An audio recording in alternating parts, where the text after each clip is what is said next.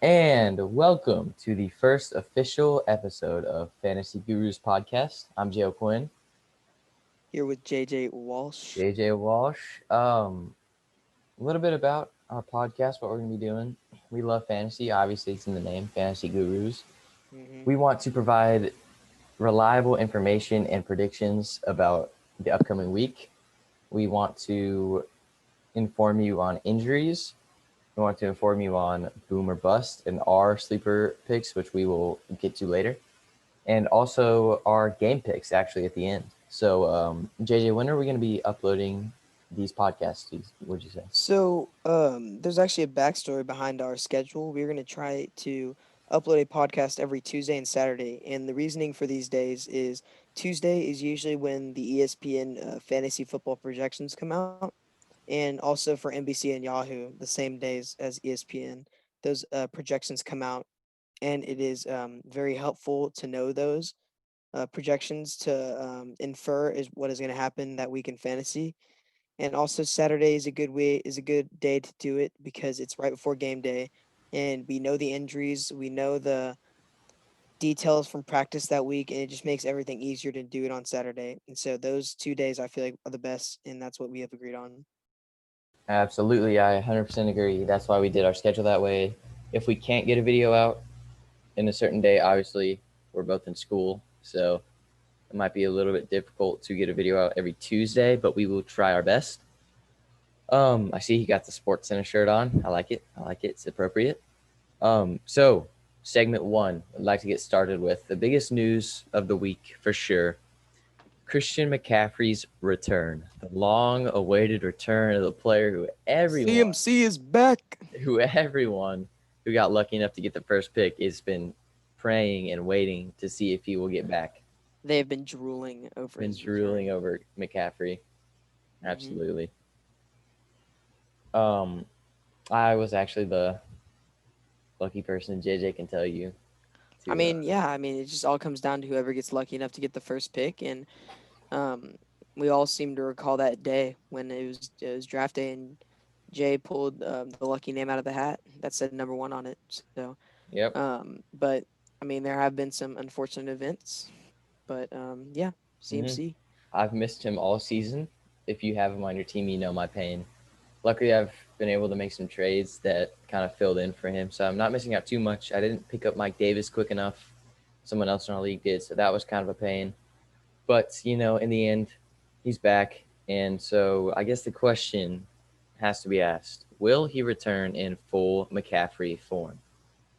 Well, yeah, there's two different little secondhand accounts that you can apply to this matter of whether Christian McCaffrey is going to be 100% for those fantasy managers who are worried about McCaffrey. Of course, he is a must play for anyone in fantasy. If they aren't in the middle of the woods in Wyoming, they would know that they need to start McCaffrey. So, it just all comes down to Matt Rule earlier in the week, after the rumors had come out that they're going to activate him off IR for Week Nine's matchup against the Chiefs. He said, "Looking like Christian McCaffrey again." So, there's not much in that quote, but it really does mean Christian McCaffrey is going to be back in his form of a really lethal receiving back that is fast and is up there with Alvin Kamara competing whoever the best receiving back is in the NFL right now.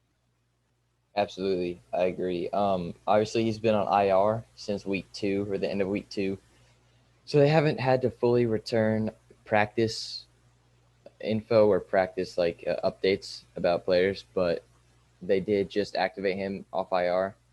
So he is now officially back on the roster.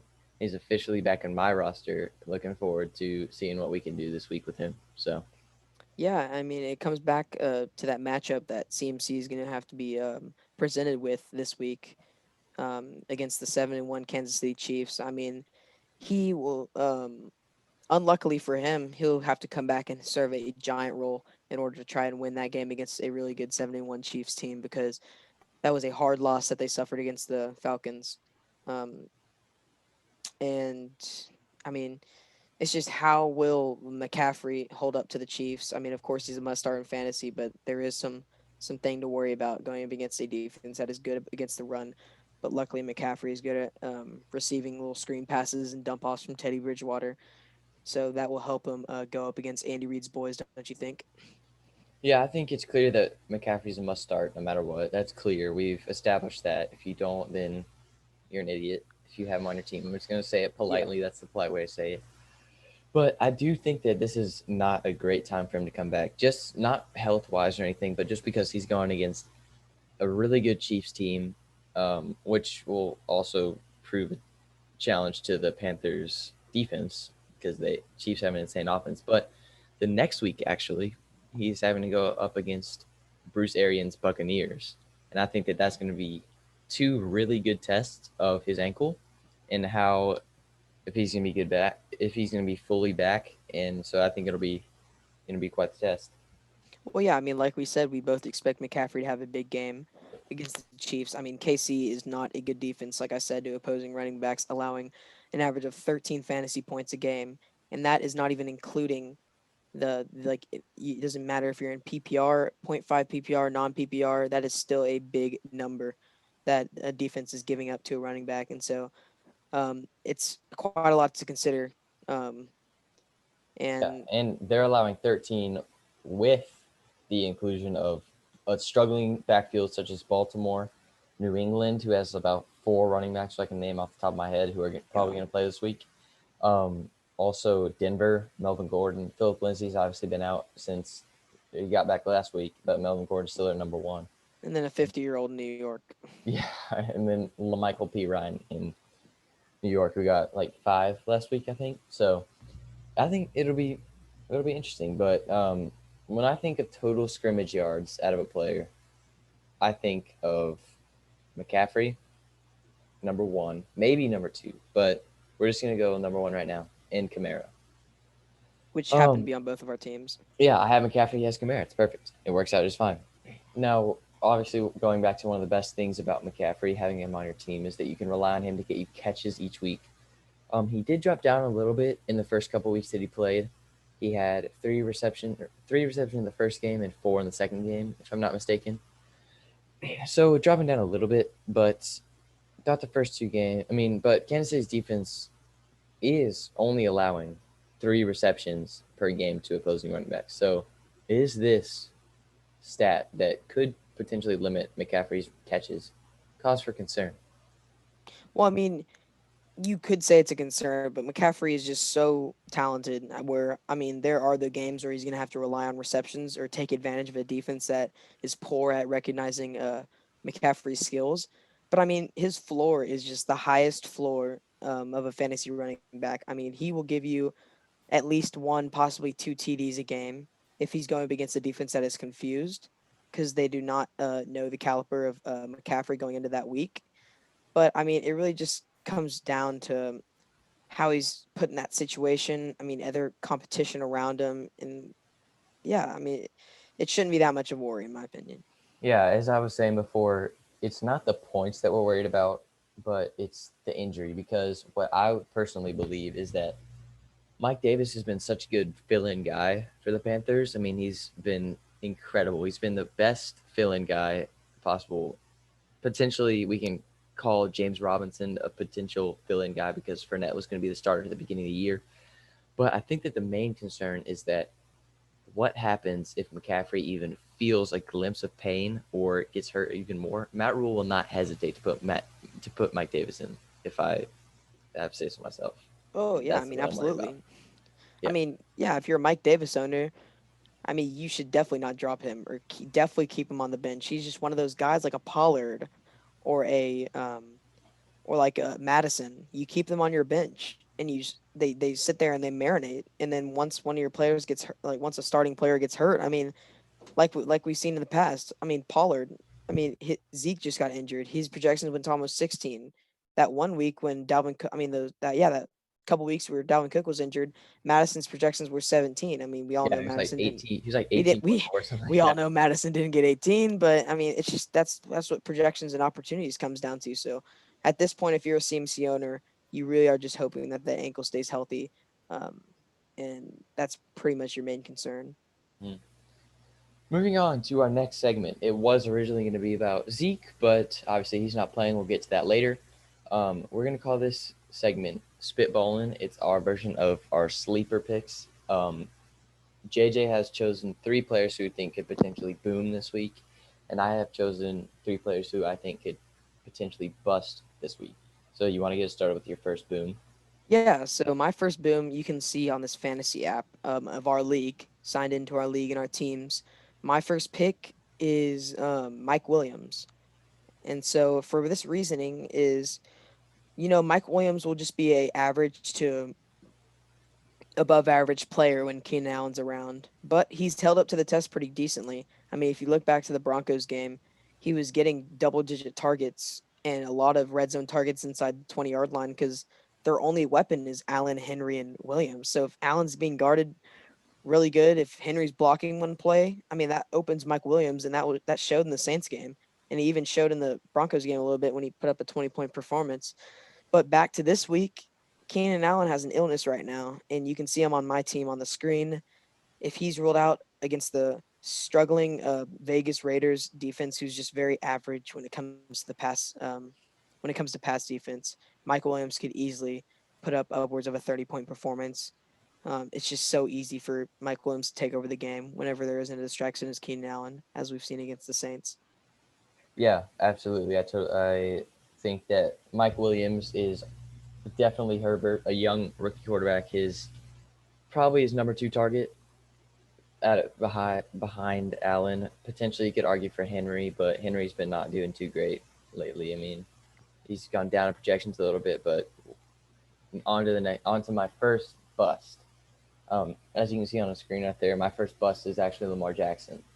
Um, he's going against an incredible Indianapolis Colts defense, who obviously you can see is first against quarterbacks, first against tight ends, and that's the key. That's the key to me, is that Lamar Jackson either runs the ball, throws to Marquise Brown, or throws to Mark Andrews, like I think. And then obviously J.K. Dobbins is becoming more and more involved in that offense. But I think that against this type of Colts defense where they can stop the run, they can defend the tight end obviously extremely well, and they can probably stop Hollywood Brown fairly easily with their number one corner because other than that, the Ravens wideouts aren't anything to talk about, aren't spectacular whatsoever.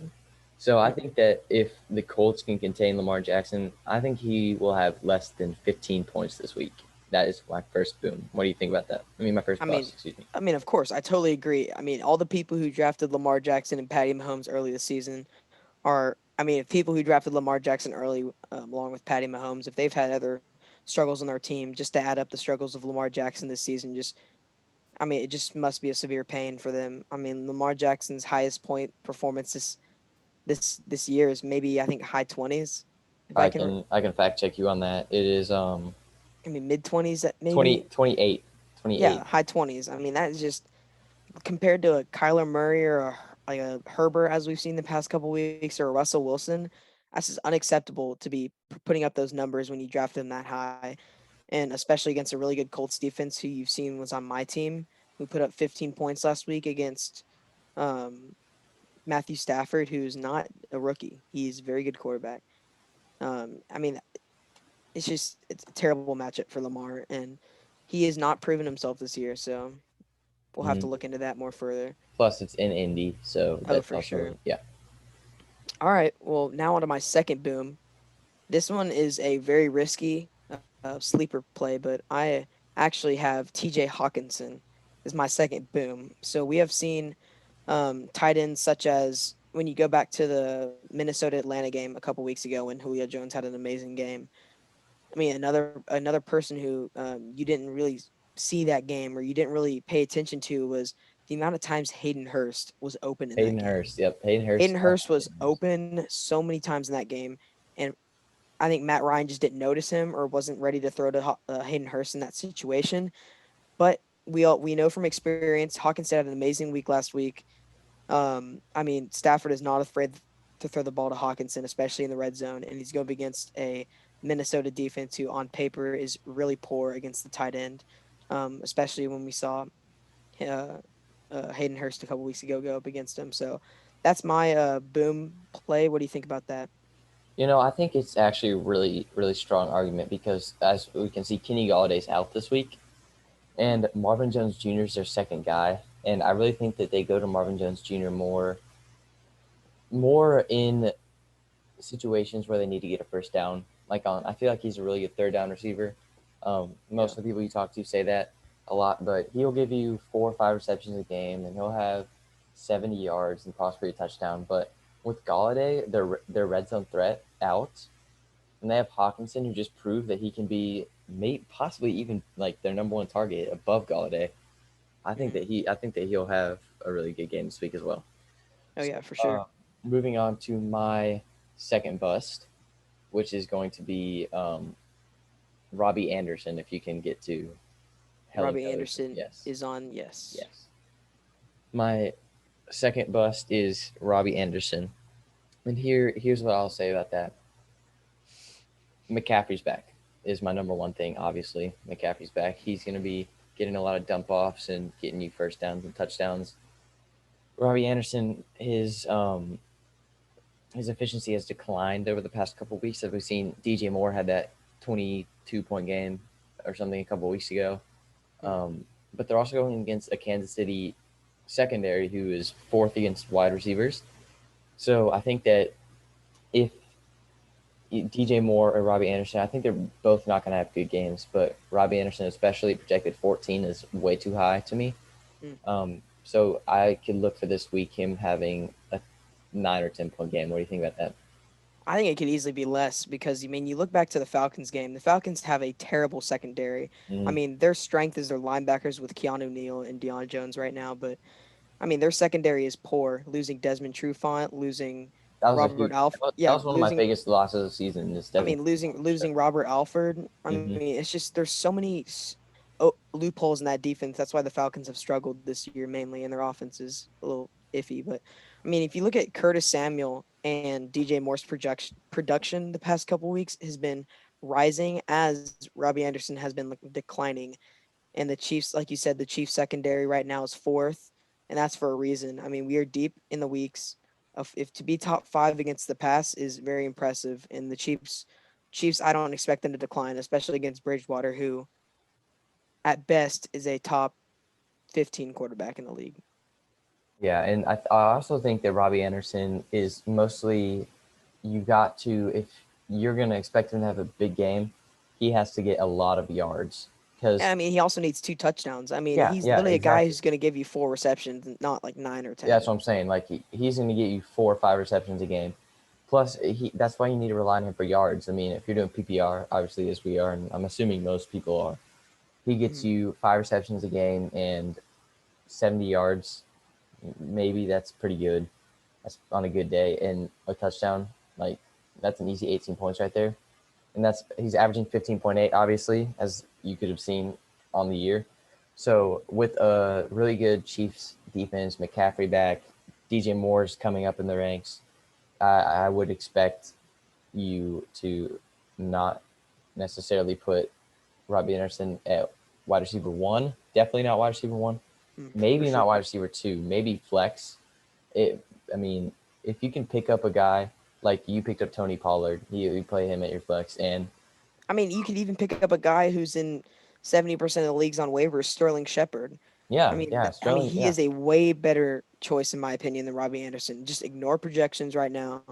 Robbie Anderson is a way better go in my opinion. way worse go. Then yeah, but Oh yeah, yeah. I mean, he's like a I meant to say Shepard's a way better yeah. go. Yeah. Also, a good guy to pick up is I would say Corey Davis. Mm. Had a big couple weeks, but we're not talking about waiver claims right now. We're talking about boomer bust. So who's your Yeah. So that final? moves me into my third boom. This is a guy who last week had 20 points, which was no touchdowns. It was all just hardcore yards earned against a tough Saints secondary who it wasn't Marshawn Lattimore. I mean, Marshawn Lattimore has had a terrible season so far, Terrible.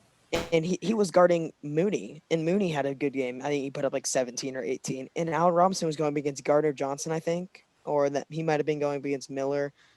But I think he was up against Gardner Johnson for most of I the mean, game. yeah, I Yeah. mean that guy is not terrible, and Allen Robinson just put up, I mean, tough 8 receptions for 120 and a 20 point percent and like in 100 and like in a 20 point performance. So I mean, Allen Robinson against the Tennessee Titans, who I mean, we look up a couple weeks ago, the Steelers put up monster passing numbers against the Titans. I mean, if Nick Foles can just put a little bit of a 2017 Eagles magic into his throws against the Titans this week, Allen Robinson, I do not shy away from him having over 30 points easily. Oh, I believe that because you look at back, we're talking about the New Orleans game, and Anthony Miller had his it's his second best game of the season, and that's his first best was with Mitchell Trubisky.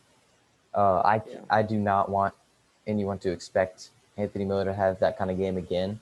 I think that Nick Foles' number one target is definitely going to be Allen Robinson, and I've actually been reading some stuff that says they might go back to Mitchell Trubisky, that just to, like on the off chance that they might, because he's Mm. getting back to doing better And Trubisky practice. has an amazing chemistry with Allen Oh, Robinson. oh yeah, by far he's that's the best chemistry on the team. Plus, I mean, you're gonna get more receptions out of your wideouts on the Bears than a lot of other teams because you're not looking to throw to Jimmy Graham that much. He's old.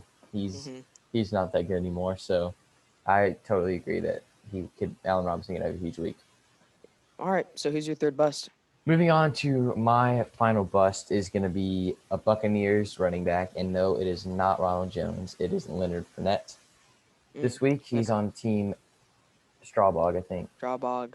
Yeah, he's Strawbog. Red flag immediately, sharing touches with Ronald Jones. I wouldn't say splitting. Leonard Fournette's been getting more attempts lately. I'd say it's 65-35. I'd say it's 60. I'd say 60-40 probably, Yeah. but they're also looking to him. Obviously, Leonard Fournette is bigger and stronger than Ronald Jones, so red zone red zone touches for him are big. But going against the New Orleans defense this week, who I'd say defended Dave Montgomery really well. I Mm. mean, I know the numbers might not have shown it, but I really think that he could have had a breakout game, I and I mean, think yeah. they I mean, defended him well. Mm-hmm. yeah. You looked at David Montgomery in that game. He maybe had a couple rushes, breakouts for 12-yard gains, but the rest he was just getting stonewalled by Cam Yeah. Jordan and other guys on that D line. So yeah. Absolutely. So I think that I mean, Sunday night prime time, it is in Tampa Bay, but they're obviously sixth ranked run defense for running backs. I'm not sure exactly how much they're allowing um, per running back per game, but I could easily see Ronald Jones having a much better game than Leonard Fournette, and Leonard Fournette having probably 7 or 8. Obviously, JJ's looking up week 9 injury report right now. Yeah. So yeah, we can see that if you were wondering if it switched, but yeah, we can see that. So those are my busts and his booms. Let me know what you think about it. If you think that anyone's going to have a breakout week, let me know in the comments. But going on to if we can do injury report first, or we can do game picks. Which one you want to do? No, we can do it at the same time because I mean you have each of the games. Perfect. All right. I think there's an ad going on. Okay, there was an Yeah, ad let's going move on that. there. Okay. Yeah. So, Houston at Jacksonville is obviously not being played in London. I'm assuming, just Hmm. guessing. But Will Fuller's out. I actually didn't know that. That is really interesting. Wait, no, Wait. this is probably from This is probably from 2019. I think you are right. It does say November 1st, 2019. So Yeah, that's that is a big red that's a flag for me. big no. So don't trust that Will Fuller's out. Will Fuller's in. Okay. Oh yeah, Will Fuller definitely will play, and he was a borderline boom player for me. Let's see this one. This looks right because Keenan Allen's on there. Yeah, Um, this is there we November go. 7th, 2020. We're good. Little All right. first podcast bump. The first podcast bloop, but we're fine. We just talked about bust, and that was a bust, but we're fine. So, you want to start off? Yeah. So here it is. We've already mentioned this. We got Chargers Keenan Allen added to the injury report with an illness. I mean, we've already talked about that. We've already talked about that. Mike Williams will step up. But then Oh, I did not know this. I guess Kalen Balaj, who I think he was on the Dolphins last year. He will be playing, so that will ruin a lot of people's waiver wire pickups for like people like Jordan Howard or Patrick Laird for the Dolphins waiver wire pickups. So I think Balaj actually might be a good waiver wire pickup. Mm-hmm. That's true. Looking at the Ravens, I talked about their bad wide receiver core besides Hollywood. Des Bryant, I expect to not do that well. I mean, he's just brought up from the practice squad. He was out, signed with the Saints, and then got injured immediately. Yeah, He's old. His prime time days in Dallas are behind him. So I would not say that he was a smart pickup to pick up on the waivers. But you do you, yeah. But coming off of that, I think a good waiver wire pickup could be Antonio Brown, and obviously you have him. You picked him up on your team. Um, bingo. yep, you picked him up on your team. Why did you do that? Why do you think that Well, I mean, was a game? I saw him signed to the Buccaneers, and the reason why I picked up Antonio Brown was A, it's Antonio Brown. I mean, there's always that AB. chance. I mean, there's always that chance where Antonio Brown can just break out and give us a little glimpse of what he used to be. And so if he just gets his head on the right shoulders and he can actually find chemistry with Tom Brady and Tampa Bay, then I mean, easily, easily put Antonio Brown in the slot. Antonio Brown in the slot I with mean, Mike Evans and Chris Godwin on the outside. I mean, having an ex MVP, ex Madden cover, like ex best wide receiver in the league in your slot, who still has that potential. I mean, no brainer. I obviously think that Mike Evans had a good week last week, but he's bad. Mike Evans is bad. Like he is not Mike Evans anymore to me. At least Hmm. not with Tom Brady. But Yeah. I think that you can expect a big game from Antonio Brown because obviously he was at one point on the Patriots with Tom Brady. Hmm. Um, and also you're competing with guys like Chris Godwin who might not even play this week. I don't think we're sure yet if that's Hmm. yeah. And then Scotty Miller. If you're gonna take Scotty Miller over Antonio Brown, then you need to get fired right now. Yeah. Yeah. I mean, So it's just yeah. yeah, he's a good pickup. Definitely a smarter pickup than Dez. Um, so yeah, so we're gonna move on to our game picks now. Actually, this is our final segment, our Yeah. game picks. So All right. can't pick the 49ers Packers game. We'll normally do that on Tuesdays. We can pick that game. Exactly. Kind Yeah, of talk about we'll it. pick Yeah, only Thursday, and we'll talk about mainly what happened the past week and projections on Tuesday. But so now we look into this Ravens Colts game, which we've each been talking about how good we think the Colts defense will perform in this game. that's why I have the Colts winning. I have the Colts at least covering because Baltimore's favored. But I actually have the Colts pulling out a victory at Lucas Oil. Jonathan Yeah. Taylor's gonna have a big game, I believe. Philip Rivers, he's there. He's the fact that the Colts are 5-2 with Philip Rivers is very Shows how it deep shows their how team is. deep their defense It's is. exact. It's Yeah. literally the same exact thing as like a fantasy team that had starters who got injured, but then your bench just came in and hmm kept your record alive. As your team's basically the Colts this season. You can probably agree. I've had quite a bit of good pickups and trades Is for it kind of a depth, but coincidence that you're 5-2 as well, Jay? Or five, I'm 6-2? 6-2 in our league. Almost. Yes, No almost. buys in fantasy. Ha. No, but I have the Colts winning. Who do you have? I have the Colts 17-10 this 17 game. to 10. I think it's gonna be a little bit more high scoring than that, but it's gonna be closer. I have it 24-21. So Oh, so you don't. So you do think the Colts defense will give up 21 points? I do just because I mean obviously I said Lamar's gonna have a Philip Rivers might struggle against the Ravens secondary, though. that's true. I'm gonna keep it 24-21 because even if I'm saying Lamar Jackson is gonna have a bust game, touchdowns are four, touchdown passes are four. I think he'd have. I mean, I think that the Ravens could force a couple turnovers if you. I mean, you can. The Colts' offense isn't as good as their defense, so I think Yeah. that the Colts could have a couple turnovers, maybe set a good field position for the Ravens, the red zone. So I got 24-21 Colts though winning. All right. So now we move on to whew, an ugly matchup in the Yeah. in the NFC East. We got the Washington football team against the New York Giants. Here's what I will start by saying. I actually think that Washington is the best team in the NFC East. I think that because with their quarterback struggles, their defense is really good.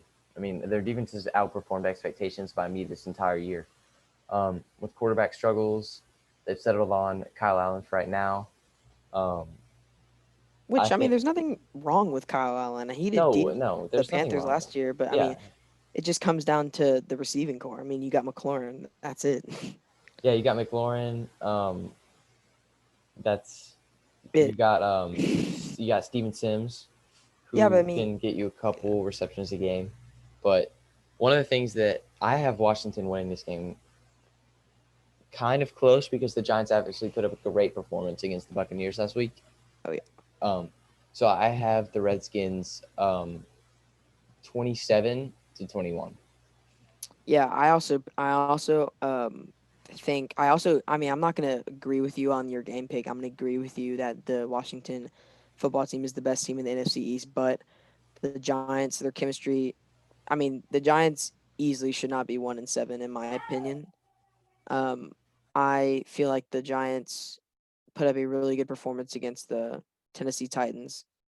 Um, I mean, against the Tampa Bay Buccaneers last week, and I think they build off that. I think the Giants win a blowout game actually because I feel like the Giants offense is actually doing pretty good as of late, I mean, as we saw. you obviously can't ignore the Giants. I mean, they have a much deeper wide receiver core than Washington does. I mean, they Oh have yeah, Sterling Shepard, Evan Ingram is a great tight end that they have. Darius Slayton. Darius Slayton's been great this year as well. And when you look at the Giants, I think that they're better than the Cowboys personally, but just because they've had a really tough schedule this year, they're kind of getting their feet in the water at the beginning of the year. Obviously, they lost Saquon. Yeah, Um, Devontae Freeman, let me check. I'm not sure if he's going to play this week. he So is. he is. Yeah, He is. So um, you got Devontae Freeman, who is still Devontae Freeman. I mean, obviously, he's not going to be Devontae Freeman from the Falcons. Pretty sure, correct me if I'm wrong, was 2014 his big year or 2015? Devontae Freeman's big year. He was drafted by the Falcons in 2014. He Yeah. had really Did he have a he good had rookie year? remember when the Falcons, yeah, he had a decent rookie year, but Mm-hmm. his good stretch was 15, 16 and 17 cuz you look at 15 was when he was really declaring his role in Atlanta, and then 16 was when they almost won the Super Bowl. They should have won the Super Bowl, and that was a year that I think Freeman put up 1,000 yards rushing and also I think 500 yards receiving. So, Yeah. I mean, Devonta's fell off, but you never know. They also Shaky have, they backfield. also if they have Wayne Gallman, if they need to dump it off to him. I mean, Yeah. obviously last year, he showed that he could step in fairly well because Saquon was also hurt last year. But moving on to the Bears Titans game, this is my game of the week. I'm so excited to watch this game. I'm very excited. Mm. Um, Noon game as well. yeah, personally, I have the Bears winning this game. Mm. I have the Bears coming into Tennessee. I have the Bears coming into Nashville against the struggling Titans defense, who I can argue is a like last to I think the Titans have a worse top defense than last the 10. Cowboys. I don't know if I'd go as far as saying that, but because Cowboys are terrible, but I would say that the Titans are in the realm of 22-26 defensively in the league, and for a 5-2 team going up against the Bears team, who fared well against the Saints, who are pretty high up in my power rankings. I do, but Yeah. I got the Bears winning this one in a close one. Two good offensive teams. I have the Bears winning in this one, 31-28. Yeah, I have the Bears as well, but I have the Bears more as a blowout. I feel like Ryan Tannehill's kind of he had a nice little carryover from his amazing playoff performance, but he's kind of died down a little bit, like a tiny bit. He was being picked up by a lot of fantasy managers 3 weeks ago or 2 weeks ago, and that kind of backfired. You see that a lot whenever a player has a good start, and then all the fantasy people pick him up, and then he slows down. It's just how the cookie crumbles sometimes. So I think that same thing's going to happen today against a Bears defense who keeps getting better and better and better and better each week. There's a reason why they're 5-3. Their offense is probably 20th in the league, but their defense is top five in my opinion. So I will take the Bears in this one against a struggling Titans defense, 28-17. Obviously, you have A Rob having a boom game, so Yeah, I A could Rob's putting up I could see him having easily. Yeah, I could see him having 2 to 3 touchdowns this game. I like A Rob 10 for 100 and 2 TDs. So you got him having 20 or 32 points. Yeah, Big game like that. Okay, that might be a little bit stretching it for me. I would have him around the. I'll give him 10 receptions for 80 yards and a touchdown, maybe two. So I okay. give him So 30 we're in the realm of mid 20s to if to he's low having an 30s. amazing Yeah. game. All right, next game, Broncos Falcons. Raise your hand if you're looking forward to this game. No one raises their hand. Thank you very much. Yeah, Honestly, I feel bad even picking this game. These teams are, I mean, Drew I Lock feel bad even talking about him. I talking mean, we about should it. just say it and just move Exactly. on. Well, I'm not even gonna say my score, but I do have the Falcons winning this one. I have the Broncos actually. I have the Broncos beating a not terrible um Chargers team last week in at home. Drew Lock game winning drive. I think he feeds off that. Going up against this week against the Falcons, who have a little bit of confidence, but not really. Yeah, Yeah. I mean Drew Lock, he's a week healthy, week win. I mean, yeah, Drew Lock feeds off that, who I think actually has a lot of potential. Broncos win this game by a landslide. My thing about this game actually goes off of if Calvin Ridley's gonna play. I think that he is gonna play, Hmm. but his projections are 12 right now, and a guy who is the number one wide receiver in the league for like A couple 4 weeks ago, yeah. weeks. Yeah, that's not looking good for the Falcons, but I still think Hayden Hurst, obviously we talked about him, has potential to have a good game. Julio Jones is there still. I have Gurley on my fantasy team. Hmm. I think Gurley could give me a couple touchdowns this game, so I got the Falcons winning a close one, but I had them winning at home. So Yeah. And then we all know this one. We have the Chiefs going against the Panthers. I have the Chiefs winning this game 30-10. No, no need to explain. I Chiefs have are it. in. I think McCaffrey's gonna have a couple touchdowns, but I do have the Chiefs winning 31-17. So Okay. I mean, obviously we see their defense is 11th against the run. You never know. It's unpredictable with McCaffrey, and like a new breed of McCaffrey comes out and is terrible. But I do have the Chiefs winning, as everyone does. So yeah, uh, And another bad then, one. Another yeah. bad one. Jaguars, Texans. Gardner against Deshaun, but I do have Houston winning this one fairly easily. Well, Minshew's actually questionable this game, Jay. You never Oh know. really? It could be Mike Glennon, but If it's Mike Glennon, then it's gonna be if it's Mike Glennon, it's just gonna be like Tom Savage for the Texans. So it's gonna be ugly. It's gonna be an ugly affair. I think it's. I mean, Deshaun Watson. I don't know why Deshaun Watson's projected almost 23 in all fantasy leagues right now. I mean, where because did that come from? he's going against No, I know, but Jaguars. still, where did that come from? I Yeah, mean, he's what not. has Deshaun Watson done this year besides maybe one game? It's just hideous. I feel bad for Deshaun Watson owners coming off a really good season last year. This season's just been hideous. I Hmm. mean, hideous. I mean, the Texans on paper are worse than the Cowboys, record Yeah, wise. I have So, I mean, that should say something. I have the Texans winning this one in a high scoring game because both their defenses are quite trash. Yeah. I have the Texans winning 34-27. I don't know why I chose a lower scoring affair this game because I don't know. I mean, I know their defenses are bad, but I still have this game 13-10 Texans. 13-10. Okay. If Mike Glennon is playing for the Jags, I'll go to It really will definitely be a low scoring game if Glennon if plays. Glennon I plays, think then the it'll be Texans low play scoring down to for that. Yeah. yeah. I could see David Johnson having a really big game against this very bad Jaguars run defense. Well, yeah, but Um, I hope not. yeah, because I'm pretty sure, aren't you going up against him? Yeah, I'm going against David Johnson and Will Fuller, so I'm hoping for a low scoring game there. Okay, Lions Vikings is a very interesting one to me. Personally, this week it's 12 o'clock game in Minnesota. I have the Lions winning this one. Hmm. I have the Explain. Lions winning this one. Do you who do you have? And I'll explain. I have the Vikings. I Okay, mean, easily.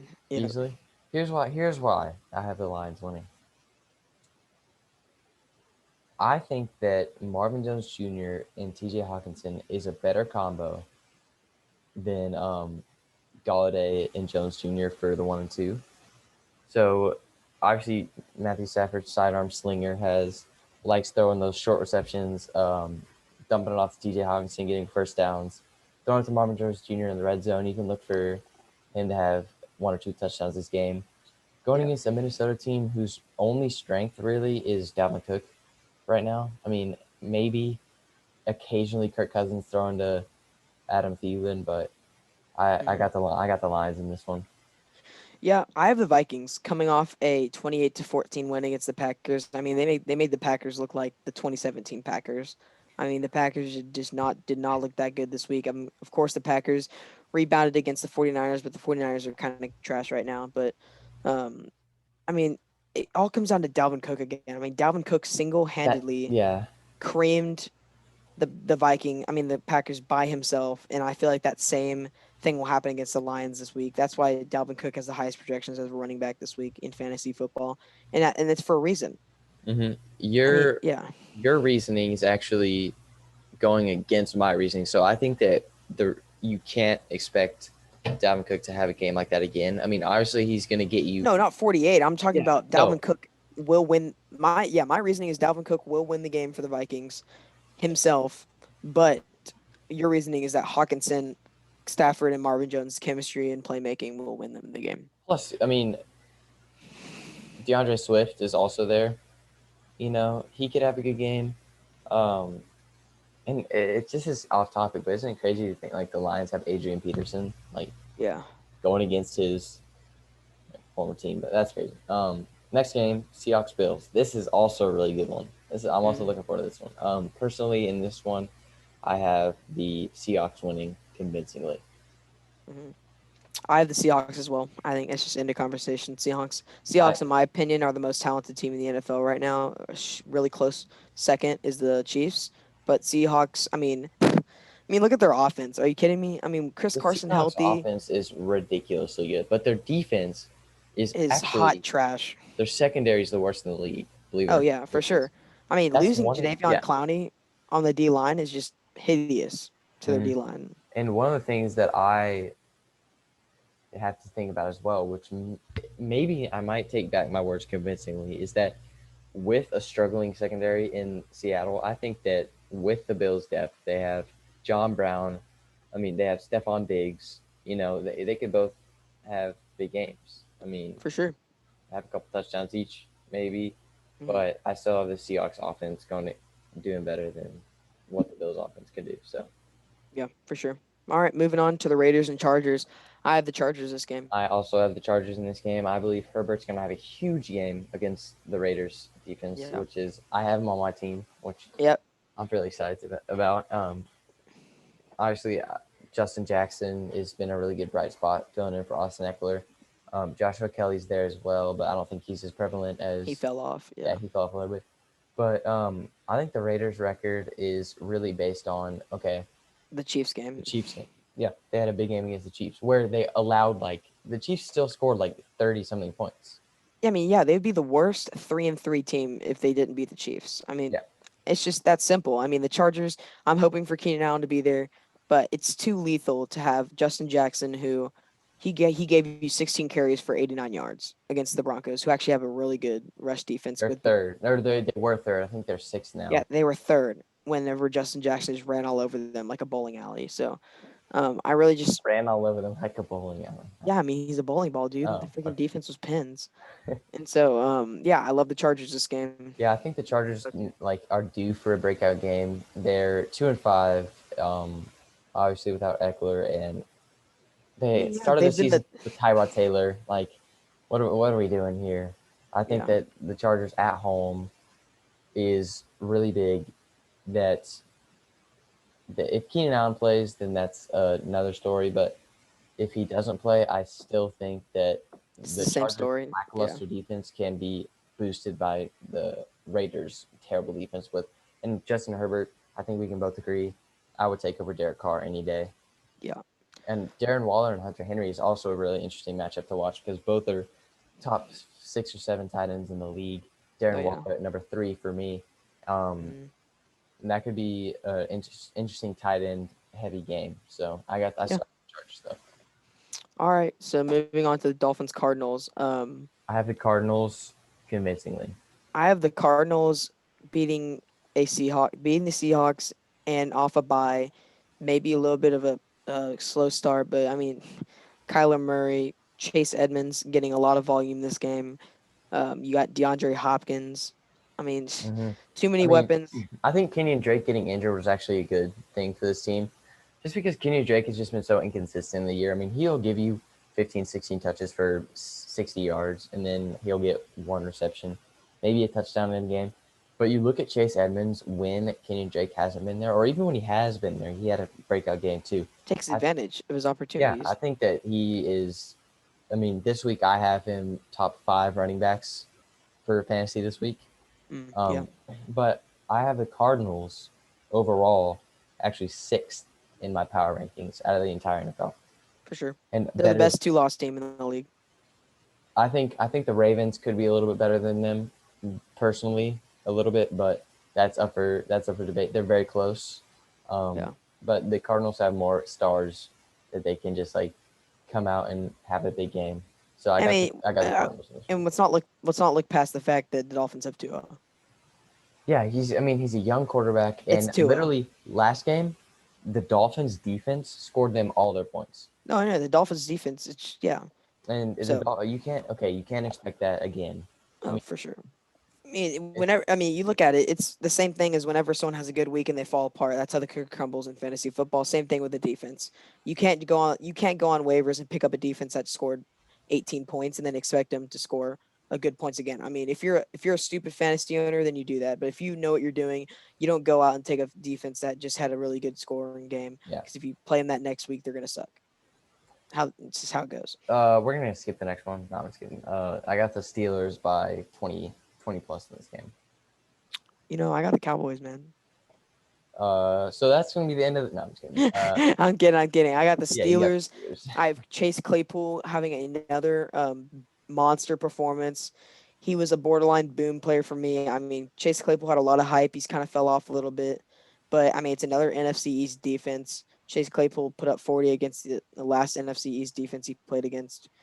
I mean, it's just I like Yeah. Claypool this game. I think Deontay Johnson had one good game against the poor Titans defense that we talked about. Mm-hmm. Deontay Johnson sucked the last week. He's gonna suck this week. They're gonna be all over Juju Smith-Schuster.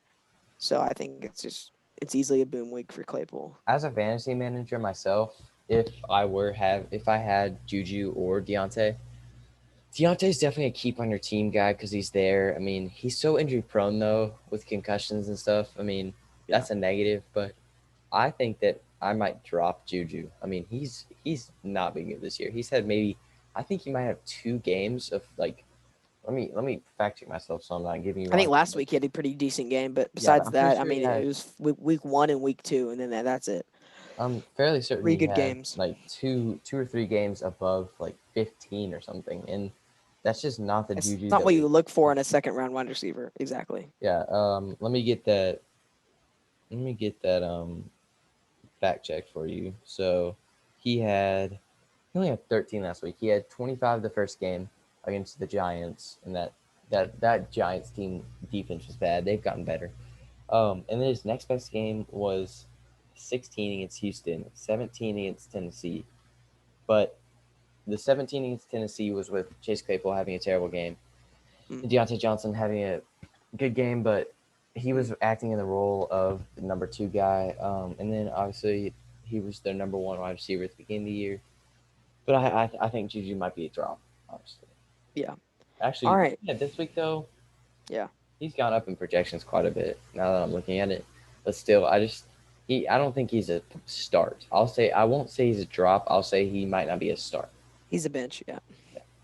So now we move on to my game of the week. We have Mm. a hot Buccaneers defense. I mean, but yeah, Buccaneers defense and the Buccaneers themselves coming off playing against the Giants, who had their best game. I'm calling it that was the Giants' best game of the year. They played. Yep, They were absolutely. one. They were 1 2 point conversion away from tying this game against the Buccaneers. But of course, they flipped the switch, turned back to the Giants, and they didn't. get that 2-point conversion. Yeah. So I have the Saints winning this week. yeah. And the Well, reason why is that Emmanuel Sanders got activated. He's big. Emmanuel Sanders got activated. Traquan Smith is there to catch the passes. Jared Cook's always a good guy to dump it off to in the end zone if you just want a little fade. And then obviously Kamara is number 1 or 2 or top 3, we'll say. Cook, McCaffrey, and Kamara are the big 3 in the NFL. And I just don't see Tom Brady has had a couple really good weeks back to back. But as a fantasy guy, I would choose someone else over Tom Brady to be my number 1 just because he is old and he's inconsistent. I mean, you look at the beginning of the year, it was bad. Like it was not pretty. But just a couple good games that kind of feed out into like a couple 20-point games. I mean, he's still Brady though. It's primetime football, NBC Sunday night. I mean, you hear Al Michaels' voice say Brady. I mean, you know it's about to go down. So that's why I'm choosing the Buccaneers Sunday night. Antonio Brown's back. I mean, Antonio Brown may not be a huge factor, but it's still, you never know. It's Antonio Brown. So, I have the Buccaneers winning this game by 30. Yeah, by 30? Yeah. You have the Buccaneers winning by 30. Yeah. All right. I don't think that at all. I mean, even if I were to pick the Buccaneers, No, I'm kidding. I'm kidding. I have the Buccaneers by 10. That's more reasonable. All right. Now Now I moving on have to a game. End of the show. Hey, buddy. Hey, what's up? Doing? I'm doing a podcast right now. Why? Just to have fun. Yeah. With my final pick of the week, I got the Patriots over the Jets. Yeah, I mean, it's the Patriots. I mean, they're just Cam Newton bounce back week. That's all I have to say. Yeah. Are you done now? I'm almost done, buddy. Okay, so actually, we're gonna have to end it there. Hope you guys enjoyed our first week of Fantasy Gurus. Hey, he's gonna sign off with us. Yeah, you want to sign off with us? Signing off for now. We'll see you later. Fantasy Gurus, we out.